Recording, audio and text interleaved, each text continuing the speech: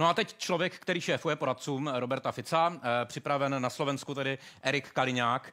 Já se vás hned ptám, to jste panu Ficovi poradil vy? Tak trochu umlčet některá média, nebo respektive mlčet směrem k ním? Pekný večer prajem aj vám.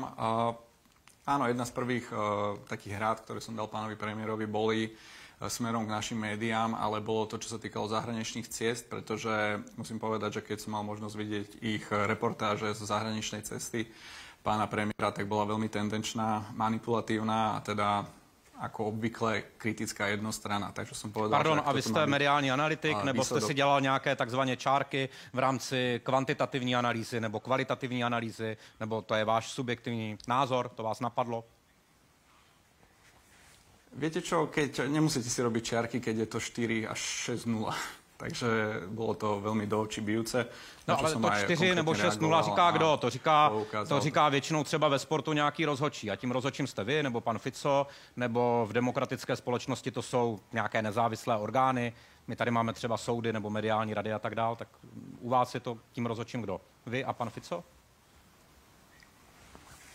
Tak záleží od toho podľa toho, na čo sa pýtate, že či tento názor, ktorý som povedal ja, mal smerovať k nejakému udeleniu pokuty, k pokute. To by samozrejme musela tým pádom riešiť mediálna rada, presne ako spomínate. Samozrejme, že aj v rámci Slovenska má platiť nejaký zákon, alebo teda nejaká samoregulácia médií. Tá ale fatálne zlyhala, pretože médiá sa na Slovensku extrémne zradikalizovali. Ale viete, do veľkej miery sa s môjim stanoviskom... To říká kdo, že sa zradikalizovali? To hovoria absolútne všetci, tak občania, tak výsledky prieskumov, kde neviem, či ste zastihli, ale... Všetci. My třeba v České televizi nemůžeme takhle zobecňovat. My nemůžeme říci, že všichni si myslí. Jsou nějaké sociologické průzkumy, jsou nějaká tvrdá data, proto jsem mluvil. No, promiňte, že vás přerušuju a už vás nebudu přerušovat. Ale když mě řeknete větu, že to tvrdí všetci, tak já se ptám, jak vy můžete tvrdit takto zobecněné tvrzení. Pretože som presne išiel naviazať na to, čo ste aj vy spomenuli, na prieskum dôveryhodnosti médií, ktoré sa teda umiestnili na poslednom mieste na rovnakom teda percente ako americké médiá. A viete, naozaj to hovoria všetci v tom zmysle, to bol môj druhý bod, že ono to deklarujú aj samotní novinári, ktorí teda hovoria, že v prípade nášho rozhodnutia s nimi nekomunikovať, s tými konkrétnymi, ktoré teda aj pred voľbami už deklarovali, že teda sme najväčšie zlo na Slovensku, ak nebodaj vyhráme, tak nevíde slnko, poteší sa mafia, zvíťazí fašizmus a všetky tieto podobné prvky, ktoré deklarovali tieto médiá po prehre, ktorú tiež niesli naozaj ťažko, povedali teda, že napriek tomu, že pred voľbami hovorili o tom, že väčšina z nich opustí Slovensko, tak nakoniec zmenili retoriku, povedali, ostávajú tu, budeme robiť zle tejto novej vláde a absolútne, aby ste rozumeli, to najlepšie vystihol komentátor pán Tkačenko z denníka SME, ktorý teda povedal, že on ani nechce, aby sme ho my nejak na úrade vlády vítali, alebo mu otvárali dvere, alebo čo nebude čakali s chlebom. On chce iba, aby tam mohol ísť, aby mohol robiť zle. Já s vámi nebudu polemizovat o jednotlivých výrocích, tohle je prostor pro vaše vyjádření, takže ho takto beru na vědomí. Nicméně mě zajímá, kde jste na ten nápad takzvaně umlčet tedy, nebo nechat mlčet o věcech na úřadě vlády 4 konkrétní média, tak kde jste na něho přišel a čím jste se inspiroval? Viete čo, ako som už spomenul, pre slovenské médiá sme tzv. Bad boys, teda zle. A tak sme si povedali, že by asi nebolo na škodu, aby sme sa poučili od tak predchádzajúcej vlády ako pani prezidentky, pretože na rozdiel od nás sú v očiach médií tí najspravodlivejší, najobjektívnejší, najtransparentnejší, skrátka najlepší politici oproti nám, ktorí sme teda na tej druhej strane spektra. A keď sme teda videli, že je absolútnym štandardom, že pani prezidentka nekomunikuje s médiami, nedáva priestor na otázky, a teda všetkým, musím podotknúť, tak sme si povedali, že tam asi až nevieme ísť v tej našej transparentnosti. Kde jste se inspirovali? Takže inspirovali jste se podle vašeho vyjádření u slovenské prezidentky, nebo někde v zahraničí někdo zakazuje médiím tedy přístup třeba na tiskové konference, nebo jim prostě zakáže dávat vyjádření ze strany premiéra. To jste někde viděl? No áno, to vám práve hovorím, že pani prezidentka si vyberá konkrétne médiá, ktoré môžu dojsť do prezidentského paláca a myslím si, že má na to plné právo. Absolútne to rešpektuje. Myslím si, že aj úrad vlády má právo, pretože je to práve úrad vlády, ktorý nasleduje nastavuje akreditačné podmienky. A teda pani prezidentka absolútne nekomunikuje s médiami v zmysle, že väčšina jej vystúpení je čisto ako stanovisko bez možnosti pýtať sa otázky. Ďalšia taká inšpirácia, opäť sa opriem o výrok pána Tkačenka ako novinára, ktorý povedal teda, že bolo štandardom predchádzajúcej vlády, že im konkrétnym neodpovedali, konkrétnym novinárom na otázky. A taká posledná inšpirácia, opäť jedna z tých najtransparentnejších bývalých ministeriek spravodlivosti, ktorá priamo tlačovou správou deklarovala, že na konkrétne tlačovky nebudú pripustené občianske médiá, pretože pokladala ich otázky za nepríjemné. Takže řekněte mě, byl vaším vzorem v této záležitosti český prezident Miloš Zeman? Priznám sa, že nie. V zmysle, že by som povedal, že poďme to napodobniť. Nie.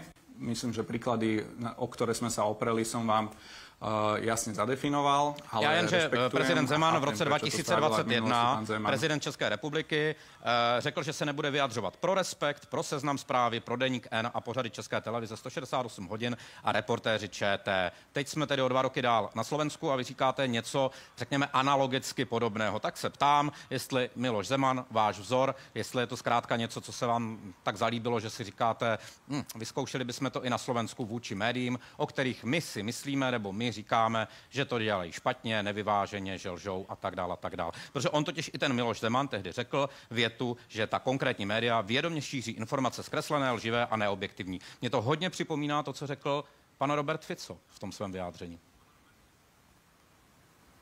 No vidíte, ako som povedal, neaktívne sme si od neho príklad nezobrali, ale myslím si, že je to signálom, že ten symptóm a problém nie je na strane politikov, ale na strane médií. Hovorím, na rozdiel od pána Miloša Zemana sa nemusíme opierať iba nejaké o naše subjektívne hodnotenie, ale teda sú to konkrétne výroky konkrétnych novinárov, ktorí teda otvorene deklarujú, že ich ambíciou je robiť zlé vláde, že chcú s nami bojovať a chcú nás poraziť, čo si naozaj nemyslím, keď potom tí novinári v druhej vete hovoria a obhajujú sa tým, že oni majú nejakú právo na informovanosť, že to myslia úprimne. Ak môžem sa ešte oprieť o jedného z novinárov, ktorého teda do určitej miery rešpektujem práve preto, že patril k tej skupine ľudí, ktorí deklarovali, že ak strana Smer vyhrá voľby parlamentné, že odíde a teda naozaj, že jeden z mála to dodržal, za čo klobúk dole, že je takto zásadový človek.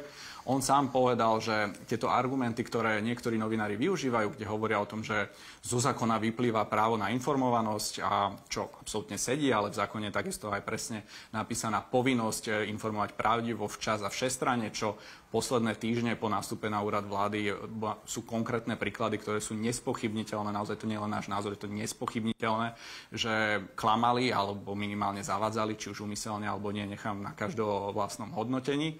Ale teda priamo tento novinár, pán Arpad Šoltes, povedal, že rozprávať o nejakej informovanosti a dožadovať sa toho, aby mohli komunikovať alebo chodiť na úrad vlády skrz túto možnosť, ktorú im zákon dáva, je nezmysel, pretože úrad vlády informuje o všetkom dôležitom pre občanov aj novinárov, o svojom fungovaní, o zákonoch, ktoré tu boli prijaté na minútovej báze digitálne. To znamená, naozaj nie je dôvod na to, aby ten argument zkrátka nesedí. Tu naozaj nemôže byť reč o tom, že niekoho neinformujeme. Víte, jako pohledem ze zahraničí, pohledem našeho diváka, který možná se neorientuje úplně v těch slovenských reálích do těch nejposlednějších detailů, tak to ale může to mlčení vůči 4 výrazným, seriózním médiím vypadat jako jeden z těch kroků, které už možná slyšeli, že se děli v minulosti například v Polsku nebo v Maďarsku.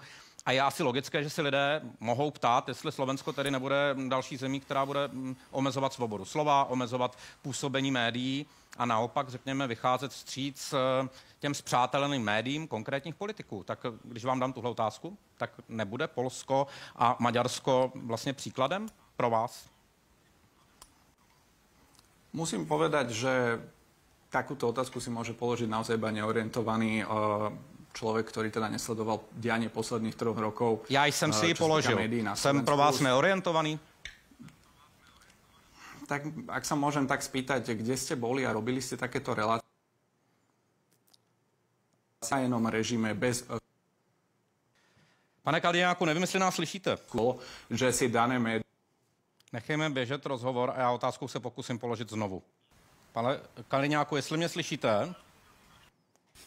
Pane Kaliňáku, mluvíme tedy o Polsku, mluvíme o Maďarsku, teď nám takzvaně zamrzla ta trasa, tedy ten přenos ze Slovenska.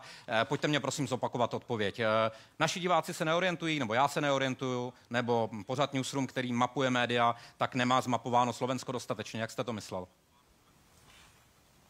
No to na to mi musíte odpovedať vy. Moja otázka je, informovali ste svojich divákov o tom, že za posledné 3 roky sa na Slovensku vypínali občianske médiá v utajenom režime? Já jsem moderátor a vy jste respondent. A u nás je zvykem, že moderátor se ptá, respondent odpovídá. Takže jestli mě můžete nedávat otázky, budu za to rád. Nicméně můžete si vyjet potom samozřejmě takzvaně vyjet všechny reportáže a agendu, kterou jsme Slovensku věnovali. To určitě můžete udělat. Ale pojďte mě prosím odpovědět. Dobre, tak to položím to teda inak. Ak sa túto otázku pýtate naozaj po tom, čo tu 3 roky boli vypínané občianske médiá v utajenom režime bez súdneho rozhodnutia na základe toho, že si dovolili preložiť článok, respektíve rozhovor niekoho, o čem mluvíte? O kterých konkrétních příkladech mluvíte? Mluvíte o příkladech, které přišly po ruské agresi a vpádu na Ukrajinu, tak tohle bylo potom to vaše tedy, nebo vámi zmiňované vypínání médií, protože v Česku také na omezenou dobu některá dezinformační média byla takzvaně vypnuta, pokud použiju vaše slova. Tohle myslíte? U nás to nebolo takzvané, u nás boli vypnuté celé médiá v rozpore so zákonom, v rozpore s európskymi štandardmi, ktoré uvádzajú, že môžete vymazať alebo vypnúť dočasne konkrétny článok, ktorý podľa vás porušuje nejaké zákony alebo sú v ňom uvedené nepravdivé informácie.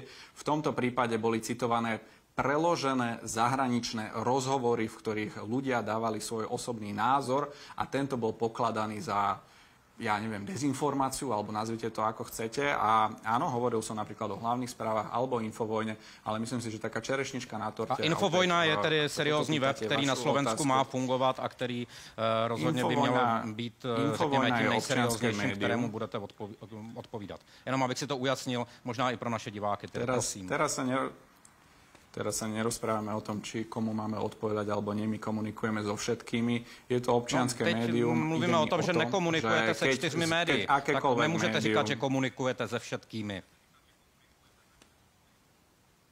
My dávame von všetky informácie, komunikujeme s každým, kto má záujem o normálnu férovú komunikáciu a ktorého deklarovanou úlohou nie je nám robiť zle, nás zničiť a poraziť.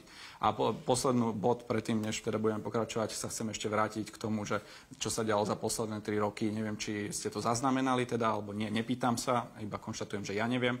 Keď bola vyhodená televízna moderátorka práve zo spravodajskej televízie za to, že si dovolila spraviť rozhovor s medzinárodnou autoritou Jeffrey Sachs, ktorý teda presne prezentoval názory, ktoré sú na Slovensku zjavne zakázané, čo sa týka Ukrajiny. A tento rozhovor bol najprv vymazaný a následne bola vyhodená moderátorka. Takže toto je niečo, čo je pre nás cez červenú čiaru a ktorým smerom určite nepôjdeme. My nikoho necenzurujeme, nemáme o to záujem, ide nám o to, a teraz otvorene vám poviem aj ľudsky, nás to dožralo. Ak zasadne vláda, prvý rokovací bod je bonifikácia hypoték, ktoré sme spomínali už minule, teda hypotekárnych úverov a týchto percentných úrokov.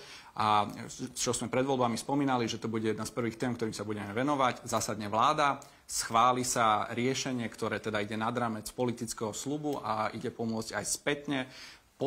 Predstavitelia vlády, priamo pán premiér, informuje verejnosť na sociálnych sieťach, že bol schválená bonifikácia hypotekárnych úverov a následne si zapnete televízne spravodajstvo na Markíze a povedia, nič také nebude, nič sa neschválilo, žiadna bonifikácia úverov a hypotekárnych nebude.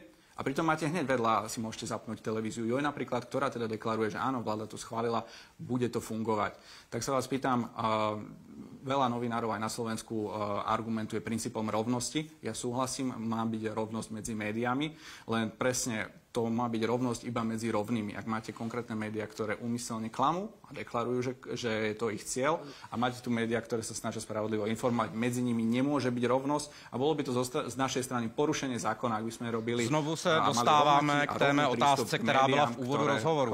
To znamená k otázce, jestli vy můžete bagatelizovat a zobecňovat, že určitá média úmyslně klamů, jak říkáte vy, nebo jestli to třeba byl jeden konkrétní příklad, za který se někdo omluvil nebo neomluvil, jedna konkrétní chyba. Já bych se vás teď mohl ptát, jestli vy chyby neděláte, ale to byste mohl potom označit jako za manipulativní otázku. Takže moje poslední otázka, jestliže jste argumentoval tím, co dělala předchozí vláda nebo paní prezidentka, tak to je argumentace k tomu, že vlastně když to někdo dělal v minulosti, podle tedy toho vašeho výkladu, takže vy to chcete a můžete dělat také? Je to tedy ta argumentace, když oni, tak my, tak teď jsme tedy u vlády, tak nebudeme dávat vyjádření 4 médiím? Chápu to správně?